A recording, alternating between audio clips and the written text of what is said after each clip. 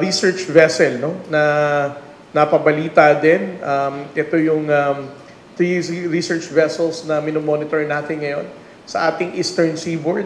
The first one is Shangyang-Hong 3, Jiagang, and Shangyang-Hong 10. No?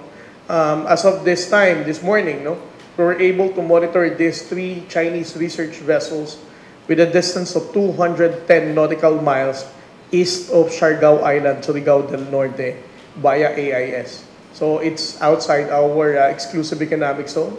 However, we're still monitoring itong paggalaw na itong Chinese research vessel na to because at some point it entered our exclusive economic zone ng mga nakaraang araw. Well, these are research vessels. No? There are different ways na pwede siya magawa.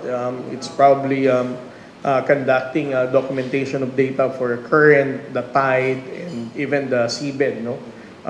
But we can only speculate as long as hindi natin alam kung ano talagang intention ng People's Republic of China, why they are conducting this research vessel na malapit sa exclusive economic zone natin sa Eastern Seaboard. There must be a compelling reason for the Chinese government to deploy 3 research vessels all at the same time in one particular area.